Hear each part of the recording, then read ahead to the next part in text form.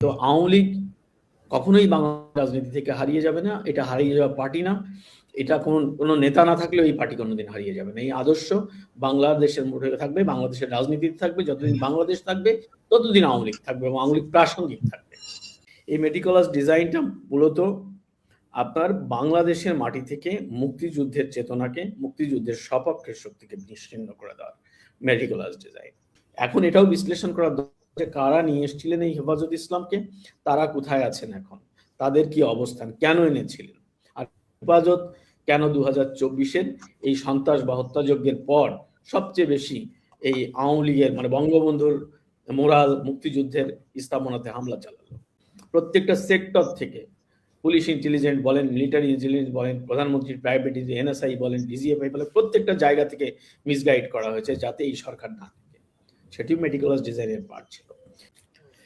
দেখুন, বাংলাদেশের সঙ্গে বাংলাদেশ এবং আওয়ামী লীগ এই দুটো শব্দ তো একটার সঙ্গে আরেকটি অতপ্রতভাবে জড়িত।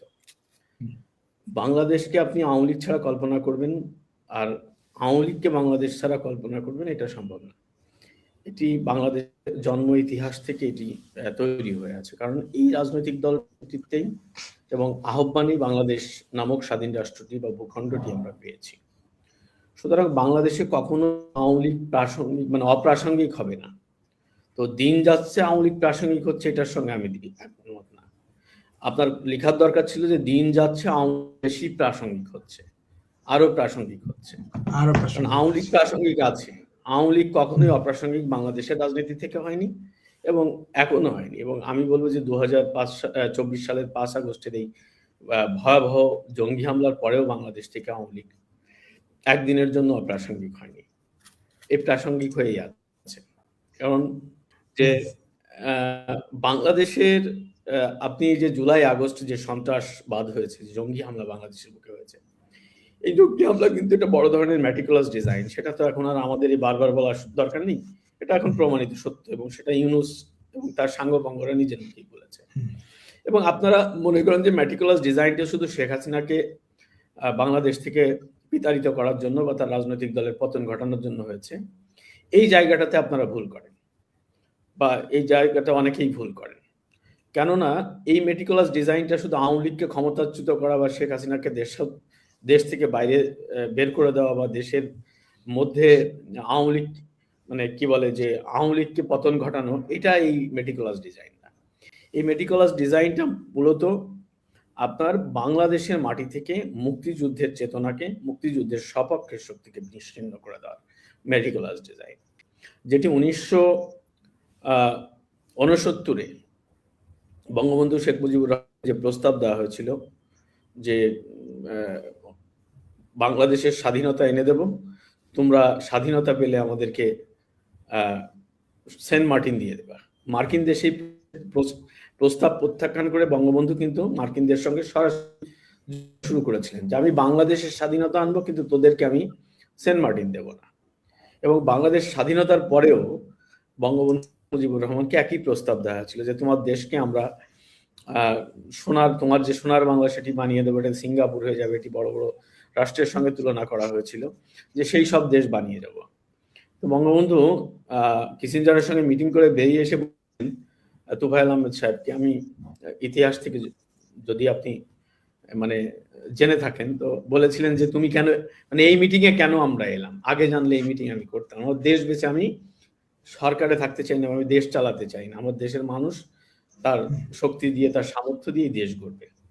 এবং দেখেন এই মার্কিনরা কিন্তু থেমে থাকেনি। বঙ্গবন্ধু হত্যাকাণ্ড থেকে শুরু করে বাংলাদেশের যত বিতর্কিত কর্মকাণ্ড মানে এনটি আওয়ামী লীগ যত মুভমেন্ট, সবগুলো মুভমেন্টের সঙ্গে মার্কিন সাম্রাজ্যবাদী শক্তি বা মার্কিনরা বারবারই সম্পৃক্ত থেকেছে। এবং সর্বশেষ যেটি এই 2024-এর জুলাই আগস্ট, এই যে সরকারের উপদেষ্টা যে জুকার উপদেষ্টা আমি বলি এই মোস্তফা সরোয়ার ফারুকী, সে নিজের মুখে বলেছে যে 2011 সাল থেকে মার্কিন এম্বাসিতে তারা কারা মিটিং করতেন, বৈঠক করে এই সরকার পতনের চিন্তা ভাবনা বাস্তবায়ন করার জন্য প্ল্যানিং করতেন। তো এই যে মার্কিন এম্বাসি যে যাত্রা, সেই যাত্রাটা ছিল আওয়ামী লীগের উপরে, আওয়ামী লীগের উপরে একটি চরমতম ঘৃণা, এবং ৭১-এ তারা কিন্তু সপ্তম নৌবহর পাঠিয়েছিল। তো মুক্তিযুদ্ধের বিপক্ষে তাদের অবস্থান তো এটি আজ স্বীকৃত একটি ইতিহাস। তো সেই মার্কিন বাহিনী সেখানে কিন্তু হারটা হয়েছিল মার্কিন বাহিনীরই। রাশিয়ান যুদ্ধজাহাজ যদি বাংলাদেশের বীর মুক্তিযোদ্ধা নূর নবী সাহেব আছেন, যদি বাংলাদেশের দিকে গিয়ে না আসতেন তখন বে অফ বেঙ্গলে, তাহলে হয়তো অন্যদিকে যেতে পারত। কিন্তু সেই অবস্থা থেকে বাংলাদেশটাকে তারা দখল করতে পারেনি, মানে ৭১-এর সেই পরাজয় তারা কিন্তু ভোলেনি, এবং সেই পরাজয়ের প্রতিশোধই পাকিস্তান এবং আমেরিকা এবং এই যে যারা বাংলাদেশের মুক্তিযুদ্ধের বিরোধিতা ছিল, সেই বিরোধী শক্তিগুলোই কিন্তু একজোট হয়ে 2024-এর জুলাই আগস্ট ঘটিয়েছে। আপনি আজকে বাংলাদেশে আওয়ামী লীগ প্রাসঙ্গিক, এই আলোচনার আগে আরো একটি কারা অপ্রাসঙ্গিক হয়ে উঠেছে তা নিয়েও আলোচনা করা। পৃথিবীর অনেকগুলো দেশ প্রাসঙ্গিক হয়ে উঠছে বাংলাদেশে, যাদের বাংলাদেশে কোনো কাজ নেই, তার মধ্যে তার কি একটা অন্যতম। তারা এখন এত সক্রিয় এখানে কেন? তারা হঠাৎ করে বাংলাদেশে সক্রিয় হলো, তাদের সংযুক্ততা কারা তাদের? তো এরকম কিছু কান্ট্রি, পাকিস্তান তো ওপেন, পাকিস্তান আর ইউনূসের প্রেম এটা তো আর এখন গোপন প্রেম না, এই প্রেম তো এখন সদরের প্রেম। তো এই যে ধারাবাহিক পরিস্থিতি, এই ধারাবাহিক পরিস্থিতি কিন্তু একদিনে না, এটা মেটিকুলাস ডিজাইনের পার্ট। কিন্তু ওই যেটা বলছিলাম যে আওয়ামী লীগ সরকারকে উৎখাত বা আওয়ামী লীগকে ক্ষমতা থেকে সরানোর উদ্দেশ্য ছিল না, উদ্দেশ্য ছিল বাংলাদেশটাকে আবার পাকিস্তান পন্থায় ফিরিয়ে নেওয়া। কারণ বাংলাদেশের দীর্ঘদিনের রাজনৈতিক ব্যর্থতার পর বঙ্গবন্ধু কন্যা শেখ হাসিনা 2008 সালে রাষ্ট্র ক্ষমতায় এসে 15টি বছর বা তার একটু বেশি সময় রাষ্ট্র ক্ষমতায় থেকে বাংলাদেশটাকে একটা রাষ্ট্র ব্যবস্থা গড়ে তোলার চেষ্টা করেছিল, যেটি আমাদের স্বাধীনতার 54 বছরের এই সময়টুকু আমাদের জন্য স্মরণীয় এবং এই সময়টুকু গুরুত্বপূর্ণ বাংলাদেশের উন্নয়ন, বাংলাদেশের অগ্রগতির জন্য। এবং এখানে আমি আপনাকে পরিষ্কার করি যে দেখেন, ভারত বর্ষ যখন ভাগ হয় দ্বিজাতি তত্ত্বের ভিত্তিতে, একটি পাকিস্তান একটি হিন্দুস্তান হয়, তো মুসলমানদের একটা রাষ্ট্র, হিন্দুদের জন্য একটা রাষ্ট্র। কিন্তু পাকিস্তান, ভারতবর্ষ কিন্তু রাষ্ট্র কাঠামো হিসেবে দাঁড়িয়ে গেছে। তারা গণতন্ত্র, তাদের যে সাংবিধানিক ক্ষমতা, তাদের যে আইন আদালত, সব কিন্তু সাংবিধানিক ভাবে, সাংবিধানিক কায়দায় একটা রাষ্ট্র যেটা চলায়, মানে এটা পৃথিবীর বুকে গণতান্ত্রিক রাষ্ট্র বলেন, পৃথিবীর বুকে একটা আদর্শ রাষ্ট্র বলেন, সেটা কিন্তু ভারত অন্য দেশের মতো হয়ে গেছে। কিন্তু পাকিস্তান সেটিও হয়নি। পাকিস্তান স্বাধীনতার পর একটি জঙ্গি রাষ্ট্র হিসেবে প্রতিষ্ঠিত হয়েছে এবং পরবর্তীতে সেটি হয়ে উঠেছে আর্মি ব্যাকড একটি গভর্নমেন্ট, সেনাবাহিনীর একটি রাষ্ট্র। তো বাংলাদেশ সেই জায়গা থেকে 2008 সালের পর থেকে বেরোনো শুরু করেছে। তো নানাভাবে, নানা মিসগাইড, দেখেন নানা কারণে, নানাভাবে, নানা প্রভাবনার মাধ্যমে বঙ্গবন্ধু কিন্তু নানা জায়গায় তার আদর্শের বাইরে ঢোকানো হয়েছে। যেমন হেফাজত ইসলামের সঙ্গে চুক্তি কেন?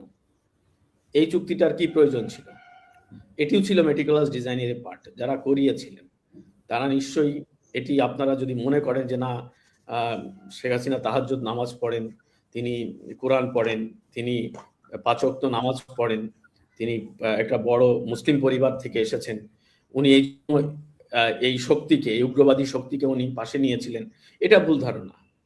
এখন এটাও বিশ্লেষণ করার দরকার যে কারা নিয়ে এসেছিলেন এই হেফাজত ইসলামকে, তারা কোথায় আছেন এখন, তাদের কি অবস্থান, কেন এনেছিলেন, আর হেফাজত কেন 2024-এর এই সন্ত্রাস বা হত্যাযজ্ঞের পর সবচেয়ে বেশি এই আওয়ামী লীগের, মানে বঙ্গবন্ধুর মোরাল, মুক্তিযুদ্ধের স্থাপনাতে হামলা চালালো।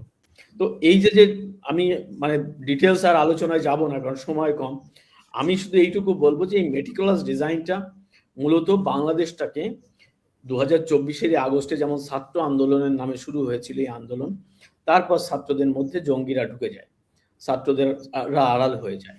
এবং দেখেন 16 জুলাইয়ের পর থেকে, আমি প্রতিটা দিনের খবর আমার কাছে আছে, আমার নোটবুকে লেখা আছে, আমার সঙ্গে আমার নোটবুকটাও থাকে। তো প্রতিটা দিনের খবর আমি জানি যে কোথায় মুভমেন্ট কি হচ্ছে, কারা করছে, কেন করছে, সরকারের নিষ্ক্রিয়তা কেন, সেনাবাহিনীর কি মেসেজ, ডিজিএফআই এর কি মেসেজ, প্রত্যেকটা মেসেজ কিন্তু আমি জানি। প্রত্যেকটা দিন কিন্তু বিভ্রান্তির মধ্য দিয়ে সরকারকে নেওয়া হয়েছে।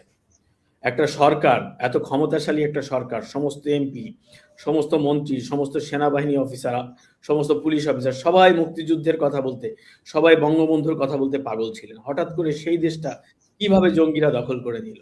এটা আপনাদের প্রশ্ন জাগে না? প্রশ্ন জাগা উচিত এখন এই মুহূর্তে।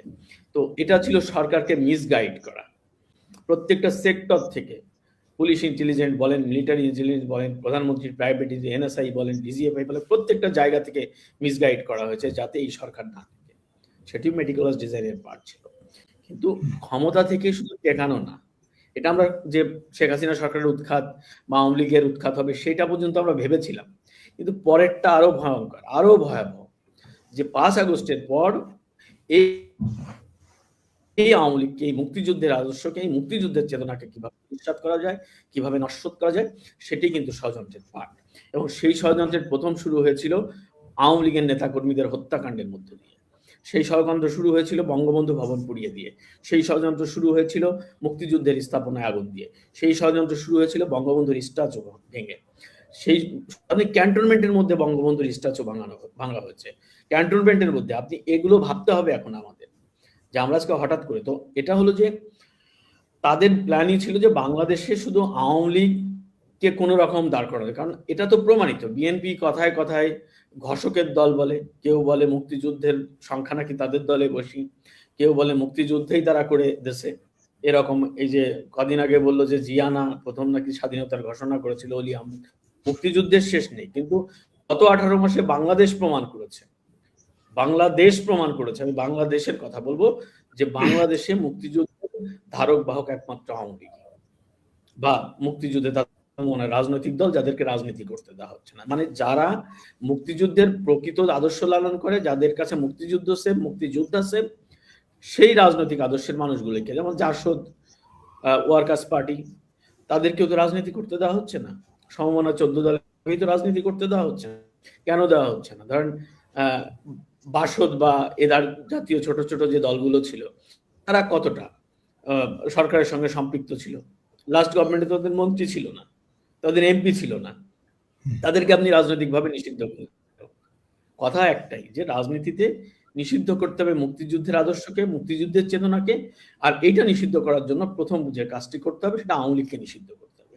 তারা কাগজে কলমে সেটা করলো, এবং পরবর্তীতে তারা যাতে এই আওয়ামী লীগের পক্ষে বা আওয়ামী লীগের নেতাকর্মীরা কথা না বলতে পারে, তার জন্য তারা স্টিম রুলার চালায়। তো বাংলাদেশে যে স্টিম রুলার আওয়ামী লীগের বিপক্ষে চলছে, তাদের নেতাকর্মীদের যেভাবে হয়রানি করা হচ্ছে, জেলে মারা হচ্ছে, অযথা দেওয়া হচ্ছে। এই যে আজকে কিশোরগঞ্জের একটি খবর দেখলাম, যে একটা ছেলে জেলে, সে আওয়ামী লীগ সাপোর্টার, তার কোনো পদ পদবি নেই, তার পরিবারের কেউ আওয়ামী লীগ করে না, ওভাবে রাজনীতির দল বল নেই, তার বাবা মারা গেছে, তার প্যারোলে মুক্তি দেওয়া হয়নি, তার বাবার লাশ চলে গেছে জেলখানায় তার সঙ্গে দেখা করতে। হ্যাঁ, তো এই যে নির্মমতা, এই নির্মমতা উপেক্ষা করে কে কথা বলবে? কে আওয়ামী লীগের কথা বলবে? কেউ বলবে না, এটা তারা জানতো, এবং সেইভাবেই তারা ভীতি সঞ্চার করছে। আপনি দেখেন যে আজকে জামাত, এই আজকে তারেক জিয়া বলেছে যে নমরুদের নতুন দল, নমরুদ নতুন ভাবে এসেছে, জামাত ইসলাম। হ্যাঁ, জামাত ইসলাম বলতেছে যে অমুক তমুক সমুক, কিন্তু যখন আওয়ামী লীগ প্রসঙ্গ আসছে দেখবেন যে এরা সবাই আবার এক জায়গায় এসে। তো সেই প্রেক্ষাপটে আওয়ামী লীগ কিভাবে এই দেশে রাজনীতি করবে এই মুহূর্তে? যে কারণে আওয়ামী লীগ, আপনি যেভাবে বলছেন যে প্রাসঙ্গিক হচ্ছে না, প্রাসঙ্গিক ছিল, কিন্তু প্রাসঙ্গিকতা বাড়ছে, সময় সুযোগ আস্তে আস্তে ধীরে ধীরে তারা তৈরি করছে, স্কোপ তৈরি করছে, এই কারণেই তাদের প্রাসঙ্গিকতা বাড়ছে। তো আওয়ামী লীগ কখনোই বাংলা রাজনীতি থেকে হারিয়ে যাবে না, এটা হারিয়ে যাওয়া পার্টি না। এটা কোনো নেতা না থাকলেও এই পার্টি কোনোদিন হারিয়ে যাবে না। এই আদর্শ বাংলাদেশের মধ্যে থাকবে, বাংলাদেশের রাজনীতিতে থাকবে। যতদিন বাংলাদেশ থাকবে ততদিন আওয়ামী লীগ থাকবে, এবং আওয়ামী লীগ প্রাসঙ্গিক থাকবে।